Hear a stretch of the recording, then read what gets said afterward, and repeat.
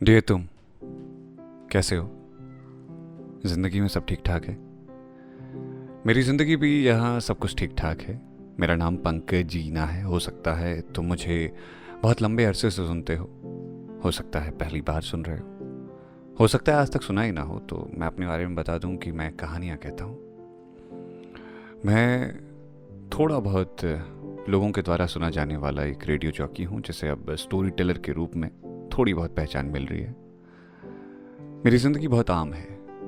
मुझे नहीं पता ये किस वक्त पे तुम सुन रहे हो। शायद उस वक्त पे जब मैंने इसे इंटरनेट पे डाला है तब, या फिर अब से कई सालों बाद जब तुम किसी चीज़ की रिसर्च कर रहे हो तब इसे सुन रहे हो सकता है तुम कोई चीज़ तलाश कर रहे हो तब ये सुन रहे हो सकता है इस वक्त तुम बहुत गम में हो तब मुझे सुन रहे हो सकता है तुम बहुत खुश हो तब मुझे सुन रहे हो सकता है बहुत थके हो तब मुझे सुन रहे हो।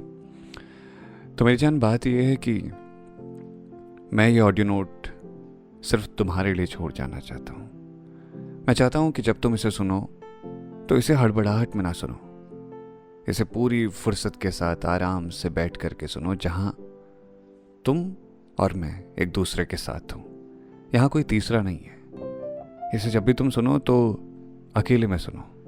जैसे हम बहुत पर्सनल बात करते हैं ना किसी से, तो कान पे फ़ोन लगा लेते हैं या हेडफोन पे उस आवाज़ को लगा लेते हैं, बस ऐसे ही सुनना इसे। तो बात यह है कि ये साल 2022 है। अब जुलाई का महीना आ चुका है। ज़िंदगी इन दिनों में मेरी बहुत ज़्यादा बदल गई है। मेरी ज़िंदगी की कुछ चीज़ें हैं जो शायद तुम सीख सको, तो शायद सीखना।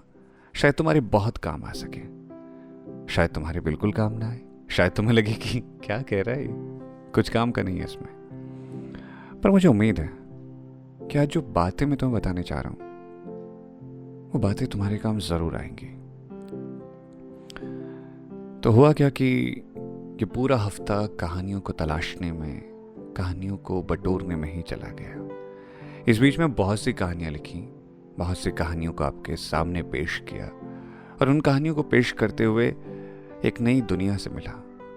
मैं क्या करता हूँ इन दिनों, जब मैं बनारस में रहता हूँ, मैं घर से निकल जाता हूँ, लोगों से बातें करता हूँ, उनकी कहानियों को जानता हूँ और उसके बाद उन कहानियों को आवाज़ दे देता हूँ। अच्छा लगता है उन कहानियों को कहना, अच्छा लगता है उन कहानियों की आवाज़ बन जाना, अच्छा लगता है उन्हें कागज़ों में उतारना। वैसे अब कागज़ की जगह मोबाइल फ़ोन ने ले ली है। मोबाइल फ़ोन भी ऐसा है कि इसमें एक कीप नाम से ऑप्शन होता है, जिसमें हम मोबाइल की स्क्रीन पर कुछ टाइप करते हैं और वो टाइप होता हुआ अचानक से ग्रंथ की तरह निकल आता है। बिल्कुल ऐसा जैसे बचपन में रफ कॉपी पे लिखा करते थे, फेयर कॉपी पे लिखा करते थे। रफ कॉपी पे भी क्या, क्लास में वो रफ कॉपी फेयर कॉपी सब मिक्स हो जाया करती थी। तो मैं बता रहा था कि ये हफ्ता कहानियों में बीता है। इस बीच में बहुत से कहानियों से मिला, बहुत से किरदारों से मिला, देखा करीब से। मैंने कई कहानियां सुनाई जो बहुत ज़रूरी थी, जिंदगी के लिए भी, लोगों के लिए भी। मैं इन कहानियों को इसलिए लेकर के आता हूँ, मुझे लगता है कि ये मेरी छोटी सी जिम्मेदारी है। दरअसल मुझे लगता है ना, हमने बचपन से अपने हीरोज़ बड़े गलत चुन लिए। हालांकि हमें हमारे हीरोज़ तो बताए गए, पर उन हीरोज़ से कभी मिलाया नहीं गया जो असल मायनों में हमारे करीब होने चाहिए थे, जिन्हें हमने जानना चाहिए था। बचपन बीता किताबों में जो पढ़ाया गया वो बोझ की तरह पढ़ा। हम कभी किसी से मिलना नहीं चाह पाए, कभी किसी को समझ नहीं पाए। कभी किसी हीरो के बारे में पढ़ा तो अपने मन से राय बना ली, अपने मन से भी क्या बनाई, जो हम पर थोप दी गई हमने वही मान लिया। तो हुआ कुछ यूं कि इस शुक्रवार एक फिल्म देखी, रॉकेटरी नाम से। यह फिल्म आर माधवन के द्वारा बनाई गई है, जो डायरेक्टर भी हैं इस फिल्म के और जिन्होंने अभिनय भी किया है। दरअसल ये कहानी है एक बेहतरीन साइंटिस्ट नंबिन नारायणन के बारे में। मैंने कहा ना, हमारे हीरोज़ बड़े गलत पढ़ाए गए। हमें सिनेमा के नाम पर जो परोसा गया वो शायद कहीं ना कहीं कुछ ना कुछ तो गलत परोसा गया। हमारे हीरो वो रहे जो विलेंस को मारते हैं, हमारे हीरो वो रहे जो खेतों में नाचते हैं, कूदते हैं। ये गलत नहीं है नाचना कूदना, पर मुझे लगता है कि उनसे ज़्यादा ज़रूरी थे वो हीरो जो समझने आए चाहिए थे हमें जल्दी, जिनके बारे में हमें पढ़ना चाहिए था। फिल्मों में एंटरटेनमेंट देखना बहुत अच्छी बात है, लेकिन उन कहानियों को भी जानना बेहद ज़रूरी है जिनकी वजह से हमारा आज है, हमारा आने वाला कल सलामत है। कलाम साहब के बारे में तो आपने सुना होगा ना। कलाम साहब वो नाम जिनसे सबने मोहब्बत की और आज भी बेपनाह मोहब्बत करते हैं। कई लोग तो ऐसे हैं जो कलाम साहब से इतनी मोहब्बत करते हैं कि आज भी उनका जिक्र आता है तो रो दिया करते हैं। कलाम साहब हैं इतने प्यारे, उनसे कोई मोहब्बत ना करे तो फिर किससे मोहब्बत करेगा। ऐसे एक साइंटिस्ट थे या साइंटिस्ट हैं नम्बी नारायणन, एक ऐसा नाम जिसने भारत के लिए क्या नहीं किया। वो जो सीखने के लिए पहले हिंदुस्तान से दूसरे देशों में गए, वहाँ जाकर के कुछ नई तकनीकों को सीख कर लाए, उसके बाद एक नए ग्रुप के साथ किसी दूसरे देश में गए, वहाँ से कुछ चीज़ें सीख कर लाए, और उसके बाद जब वो कुछ कमाल की चीज़ों को पेश करने वाले थे दुनिया के सामने, मैं आसान भाषा में इसलिए बता रहा हूँ ताकि आप इसे समझ सको, ताकि तुम्हें ये समझ आ सके कि मैं क्या कहना चाह रहा हूँ। एक ऐसा इंसान जिसने अपने वतन के लिए पूरी जिंदगी लगा दी, और उसके बाद अचानक एक रोज उसकी जिंदगी का काला अध्याय शुरू होता है। उसे बदनाम किया जाता है, उसे लोग कहते हैं कि तुम देशद्रोही हो। देशद्रोही सुनने में कितना हल्का सा वर्ड लगता है ना, लेकिन जिस पर बीत रही होती है ना वो ये बात जानता है। जिसने अपना खून पसीना अपने वतन के लिए दे दिया हो, उस पर क्या बीती होगी उस वक्त। मुझे लगता है ना भीड़ बहुत जल्दी बेकाबू हो जाती है। भीड़ का कोई ईमान नहीं होता। भीड़ बस जानती है विद्रोह करना, और हम कभी कभी विद्रोह में इतने अंधे हो जाते हैं ना, हमें पता नहीं चलता कि हम क्या कर रहे हैं। वो आदमी जिसने हमारा भविष्य लिखा, जिसकी वजह से हमारा भविष्य सुरक्षित है, उसके घर हमने बेरहमी से पत्थर चलाए, उसने बेहिसाब मार खाई। मुझे अब भी वो सिनेमा के एक एक सीन याद आ रहे हैं। उसने अपने परिवार में क्या क्या नहीं खोया। मौका लगे तो रॉकेटरी देखिएगा, नहीं तो नम्बी नारायणन के बारे में पढ़िएगा। आप किस देश से हैं, आप किस जगह से मुझे सुन रहे हैं, मुझे उस बात से कोई फ़र्क नहीं पड़ता। मैं बस एक इंसान की बात कर रहा हूँ जिसने एक वतन के लिए ज़िंदगी भर अपनी मोहब्बत निभाई, लेकिन आखिर में लोगों की भीड़ ने उसे देशद्रोही करार कर दिया, और फिर उसने लड़ाई लड़ी अपने अधिकारों के लिए। उसके बाद भी वो ऐसा नहीं कि भटक गया राहों से, या फिर उसने कहा कि नहीं अब मैं क्यों करूं योगदान। उसने कहा नहीं मैं करूंगा, और उसने योगदान दिया। मौका लगे आपको पढ़ना चाहिए। मैं वही बात कहता हूं कि वो लोग जिन्होंने हमारे वतन के लिए बहुत कुछ किया, वो लोग जिन्होंने हमें बताया कि ज़िंदगी में क्या से क्या किया जा सकता है, ज़िंदगी में कितने आम से कितना ख़ास बना जा सकता है, उन लोगों के बारे में हमने पढ़ा ही नहीं। काश कि हमें इनके बारे में हमेशा से पढ़ाया गया होता। काश कि ये भीड़ इतनी उग्र ना होती। काश कि लोग इतनी जल्दी में फैसले ना बनाते। एक और कमाल का किस्सा बताता हूं। सिनेमा हॉल में जब मैं गया ना, तो कई जगह पर कुछ इमोशनल सीन्स थे जहां पर हम उस कहानी के साथ अगर सच में जिए तो आपको आंसू आ सकते हैं, लेकिन कुछ लोग उसका मजाक उड़ा रहे थे। सिनेमा हॉल आधे से ज्यादा खाली था, बहुत कम लोग सिनेमा देख रहे थे।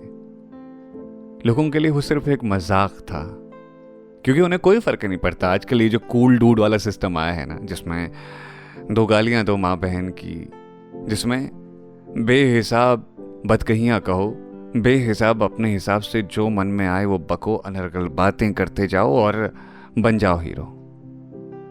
उससे पहले कुछ ऐसी फिल्में देखी थी जिसमें कहानी शायद हमारी जिंदगी में काम नहीं आएगी, पर सिनेमा के लिहाज से अच्छी फिल्में थी तो हाउसफुल था। आज जिस इंसान ने जिंदगी लगाई उसकी फिल्म आई तो हमने जानने की भी जहमत नहीं उठाई।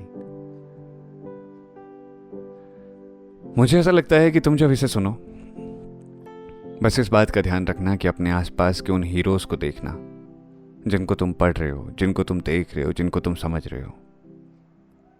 बस देखना कि क्या तुम सही लोगों को समझ रहे हो, क्या उनके सिद्धांत सही हैं।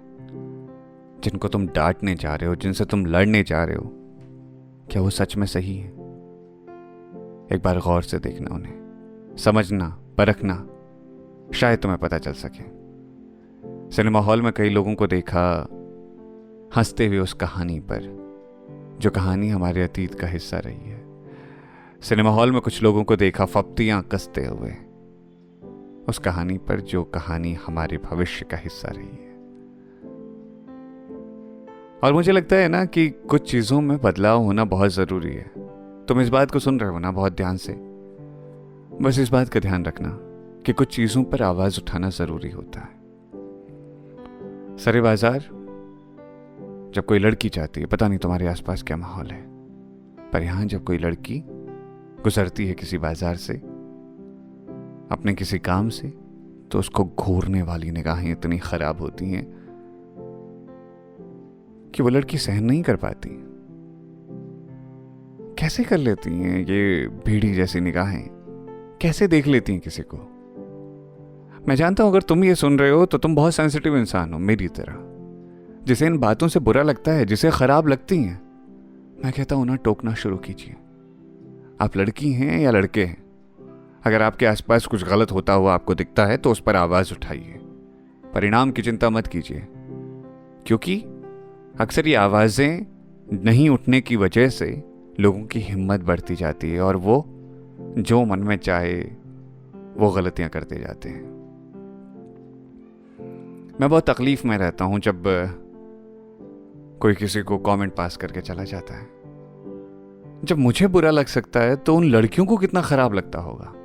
एक पल के लिए ना सोच के देखिएगा, आपकी पत्नी, आपकी बहन या आपकी माता जी कहीं से गुजर रही हैं और अचानक से किसी ने उन्हें कमेंट दे दी, तो आप पर क्या बीतेगी? खून खौलेगा ना।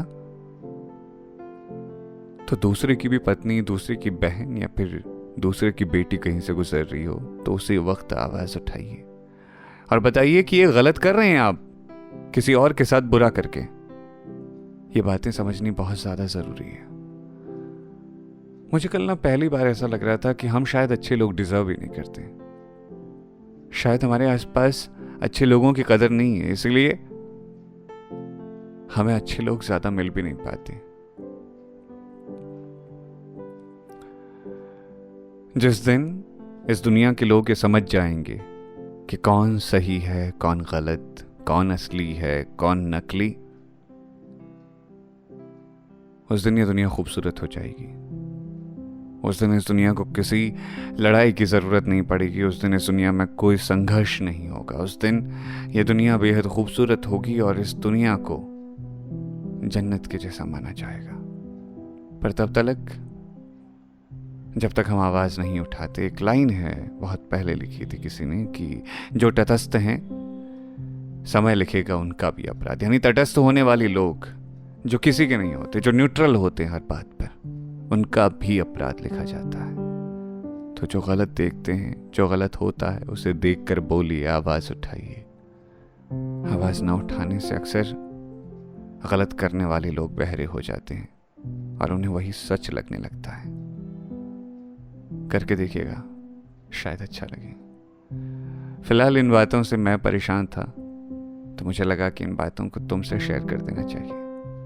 तुम अपनी बातें चाहो तो मुझसे लिख सकते हो, अपना अनुभव मुझसे लिख सकते हो। अगर आजकल लिख रहे होगे तो पढ़ लूँगा, लेकिन अब लंबे वक्त बाद लिखोगे तो शायद ना पढ़ पाऊँ। अपना ख्याल रखना मेरी जान। जहाँ भी रहो खुश रहो, जैसे रहो मस्त रहो, और अपनी ज़िंदगी में बस इस बात को अपनाना कि सही को सही, गलत को गलत ठहराना। चाहे वो कितना भी ख़ास इंसान हो, चाहे वो कितना भी करीबी हो, अगर वो गलत है तो उसे टोकना मत छोड़ना। चलो मेरी जान, अब चलता हूँ मैं।